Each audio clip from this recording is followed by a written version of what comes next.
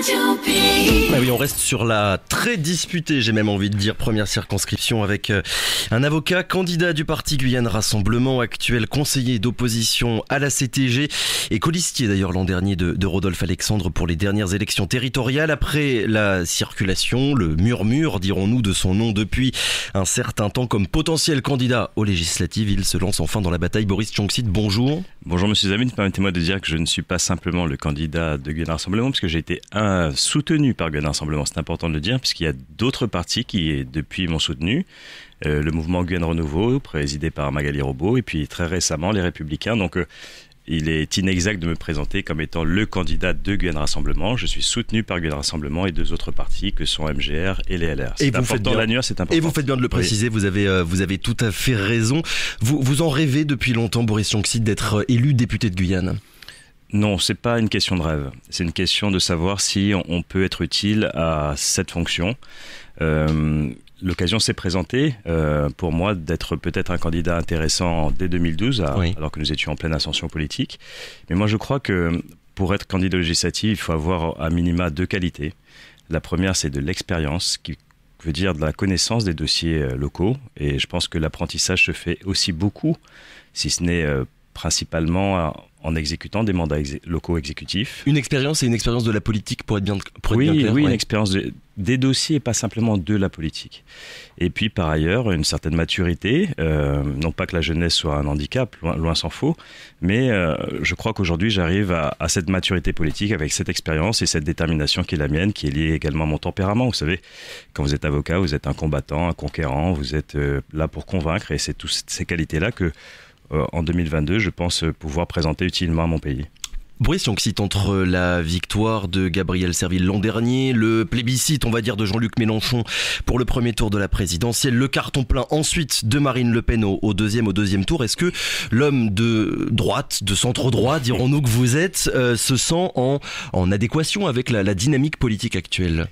Localement, il n'y a pas vraiment de dynamique cohérente, puisque quand M. Mélenchon arrive en tête au premier tour et Mme Le Pen au second, on s'aperçoit bien que les étiquettes et les partis nationaux n'ont pas la même résonance en Guyane. Une volonté de changement, du moins. Voilà, il y a une contestation forte par rapport à l'État qui est celui de l'Outre-mer et de la Guyane en particulier, puisque c'est ce qui m'intéresse prioritairement.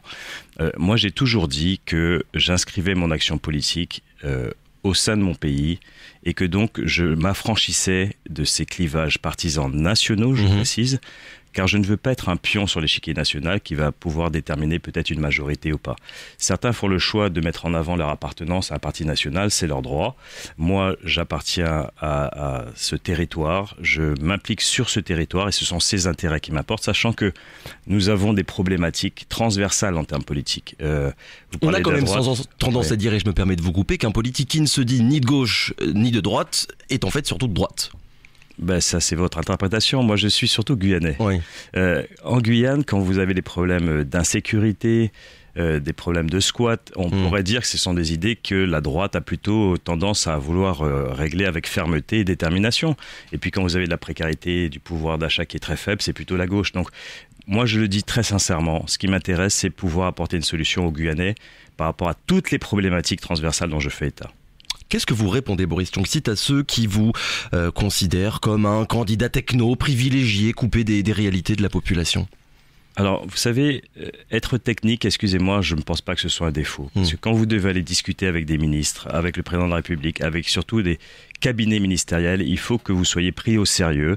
Et la technicité est une qualité. Alors peut-être que c'est pas la meilleure pour être élu au sens où il faut faire du populisme.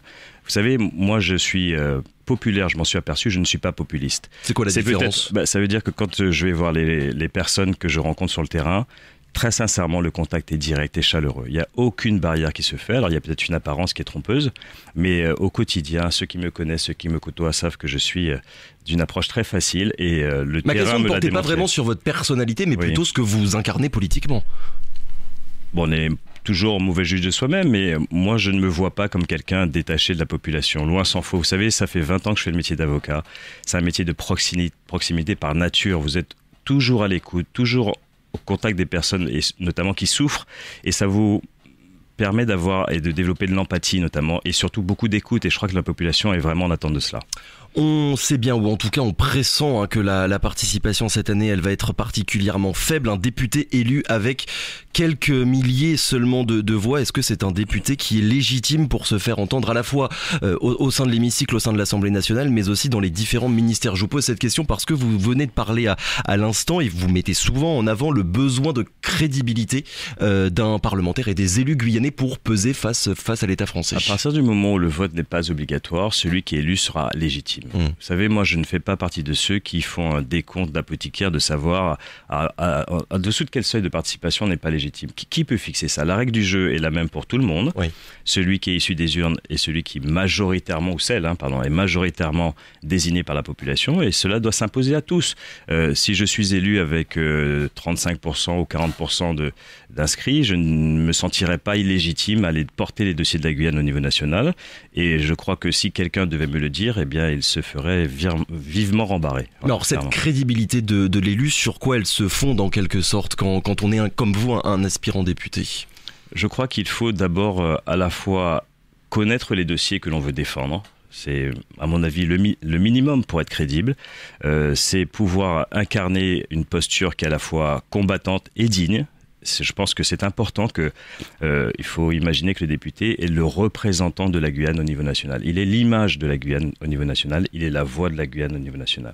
Et je pense que les Guyanaises et les Guyanais font bien le distinguo entre les différents mandats qui peuvent être, distribués sur le plan local, et que ce ne sont pas les mêmes qualités pour être un maire, pour être un exécutif et être un parlementaire.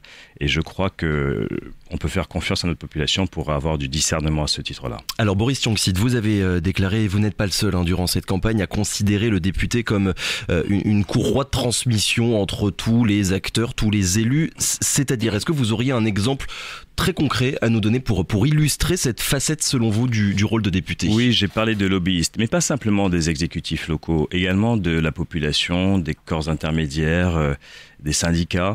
C'est en fait quelqu'un qui, du fait de son mandat de représentant du territoire au niveau national, a une légitimité pour aller taper à la porte des ministères pour faire valoir telle ou telle position ou tel besoin.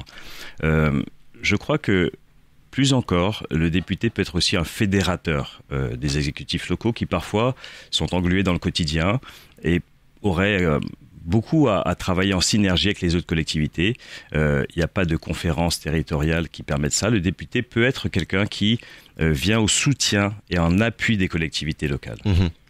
Votre potentielle action de député Boris Tionxit sur l'évolution statutaire, comment est-ce que vous la concevez ?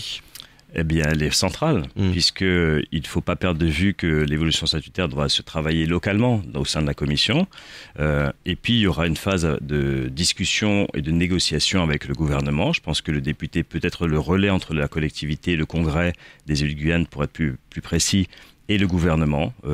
Faire passer du liant, parce qu'on va devoir se battre et trouver la cote la mieux taillée dans l'intérêt de la Guyane. Et puis ensuite, il y aura la partie, législative pour la loi organique, donc le député également sera au centre de tout cela. Et pour la réforme constitutionnelle, pareil, être très vigilant, notamment pour pousser le gouvernement à inscrire cela à l'agenda le plus rapidement possible, et que s'il ne le faisait pas, il soit celui qui mette la pression, pour que la réforme constitutionnelle se fasse dans l'intérêt de l'évolution statutaire que veulent l'unanimité des élus du Congrès de Guyane et beaucoup de nos concitoyens, je le sais. Quelques questions pour terminer, Boris Tionxit. Je vais vous demander d'être le plus rapide possible dans vos réponses. Si vous êtes élu, est-ce que vous prenez l'engagement ici de ne pas vous présenter à une autre élection durant votre mandat de député ? Sans aucune difficulté. Est-ce que vous serez un député qu'on verra peu, qu'on entendra peu à l'Assemblée nationale ?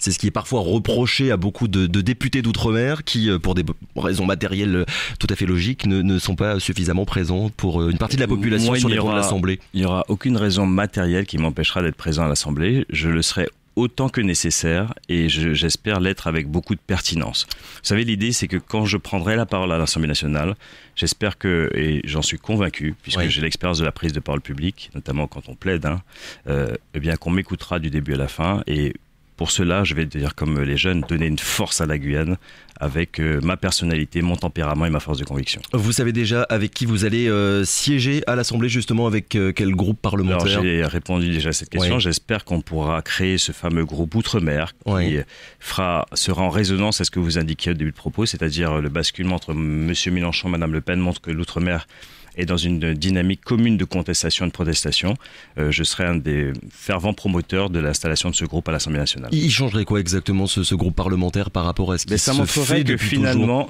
ça s'est jamais fait. Ouais, voilà, déjà. Ça montrerait que nous avons notre singularité, nos problématiques et notre voix à faire entendre, qu'on ne veut pas être dilué dans les problèmes nationaux parce que nous n'avons pas des problèmes qui sont de la même nature et ils sont parfois démultipliés. C'est la raison pour laquelle ça peut être un poids politique important. Est-ce que vous continuerez ou stopperez toutes vos activités professionnelles actuelles si vous êtes élu ? Non, je m'organiserai pour pouvoir conserver mon métier d'avocat. J'ai déjà prévu avec mon associé d'embaucher un collaborateur de telle sorte que le poste que j'occupe soit un poste et demi ou un poste 3/4. Mais je veux garder un pied dans le monde professionnel. Je répète que je ne suis pas un professionnel de la politique, je ne vis pas de la politique et donc je serai à la fois avocat et député. Justement, ce sera ma dernière question. Mandat unique si vous êtes élu ou bien vous avez envie de rester le plus longtemps possible dans la vie politique ? C'est-à-dire, j'ai pas compris. Est-ce que si vous êtes élu, vous ne vous présenterez qu'une seule fois ou bien vous vous représenterez à votre élection dans 5 ans ? Franchement, déjà, il faut gagner cette élection. Permettez-moi de dire à cette occasion... Non, mais ça dit beaucoup quand même sur la trajectoire d'un politique. Savoir s'il veut s'ancrer dans le temps ou s'il est juste clairement, là pour régler un problème. je n'ai jamais eu de plan de carrière et ça ne va pas changer aujourd'hui. D'ailleurs, permettez-moi, les quelques secondes qui me restent, d'inviter la population à venir ce soir au stade Raymond Cresson, route de Montabault, face à la Cité Zéphyr. C'est le dernier meeting, c'est la fin de la campagne officielle du premier tour. Ce sera chaleureux avec une animation musicale. Et on va faire des prises de parole pour remercier la population de la bienveillance qui a été la sienne à l'occasion de cette campagne à notre égard. L'appel a été lancé. Merci beaucoup Boris Tchonksit d'avoir été notre invité ce matin. Je le rappelle encore une fois, évidemment, candidat sur la première circonscription. Très bonne dernières heures de campagne et bonne journée. Radio Pays.